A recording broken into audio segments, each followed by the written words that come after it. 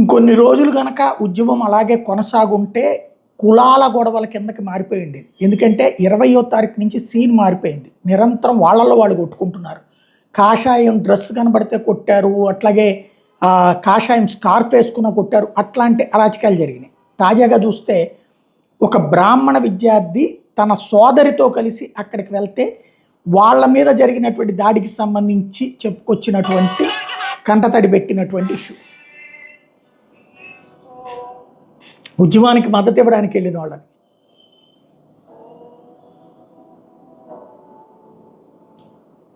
అక్కడ మిగతా వాళ్ళు దాడి చేశారట, కులం అడిగి మరీ దాడి చేశారు అని చెప్తున్నారు అన్నమాట.